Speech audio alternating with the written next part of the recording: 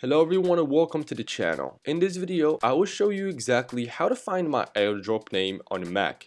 Your airdrop name is usually the same as your device's name. Here's how you can find it. Firstly, in the top left corner of your Mac screen, click on the Apple logo. Then from the drop-down menu, select System Preferences. In the System Preferences window, look for the sharing icon and click on it. In the sharing preferences, you will see your computer name listed at the top. This name is used for airdrop among other things. The computer name is usually what you set when you initially set up your Mac. It might be your name's MacBook or custom name you choose.